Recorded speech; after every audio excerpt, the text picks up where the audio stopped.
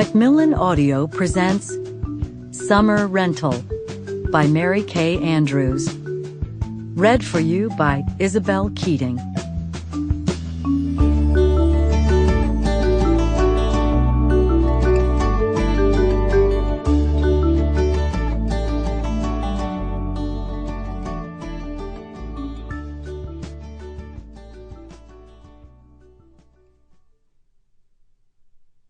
Chapter 1. Ellis's Island. It was not an auspicious beginning for a vacation, let alone for a new life. The rain chased her all the way down the East Coast, slashing at the windshield, pounding her car from every angle.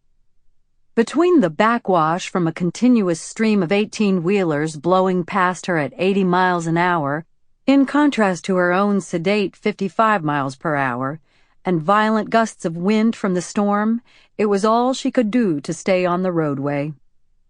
It was her own fault, Ellis decided. She should have stuck to her original plan.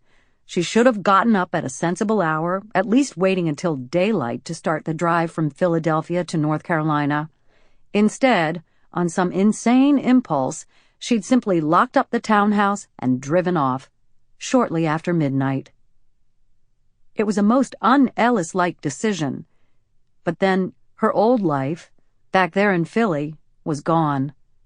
And somewhere, on that long drive south, she had subconsciously decided that the seeds of a new life must be waiting at the beach. In August. Ellis took a deep breath and rolled her shoulders, first forward and then backwards, trying to work out the kinks from 6 hours of driving. She reached for the commuter mug of coffee in the Accord's cup holder and took a long sip, hoping it would clear the fatigue fog.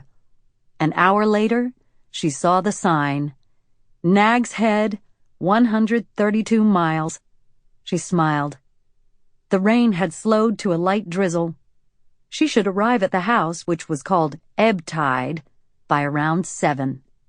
Her smile faded. What had she been thinking? Check-in was at 2 p.m., according to the renter's agreement she'd signed. She composed a mental email to herself. To ellissullivan@hotmail.com, from ellissullivan@hotmail.com. Subject: Failure to plan equals plan to fail. But the memo would have to wait. The highway rose, and she found herself on a long, gently arching bridge. One more damned bridge. Surely it was the last. The Chesapeake Bay Bridge had nearly done her in. She felt her jaw clench tightly. Her fingertips clamped the steering wheel, and her heart raced. A bead of sweat trickled down her back. Nag's Head was on the Outer Banks of North Carolina. She'd studied her guidebooks, maps, and AAA triptych for weeks now. She knew the island's geography, even its topography, intimately.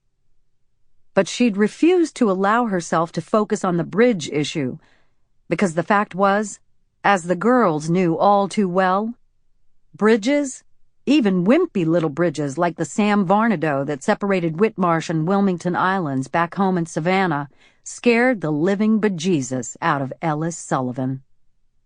She kept her eyes straight ahead, not daring to look right or left at the water flowing under the bridge.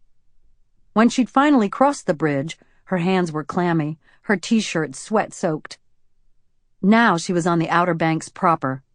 Signs for the little towns flashed by. Corolla, Duck, Southern Shores, Kitty Hawk, Avalon Beach. The sun rose, and she was somehow shocked at how densely developed the beachfront was here. She'd expected to see clumps of sea oats silhouetted against sparkling blue water, sailboats bobbing at anchor, great gray shingled houses staring moodily out to sea, the occasional lighthouse. The reality was that so far what she'd seen of the storied Outer Banks could just as well been the Jersey Shore, Myrtle Beach, Fort Lauderdale, or any other East Coast tourist resort. Meaning, Sample complete. Ready to continue?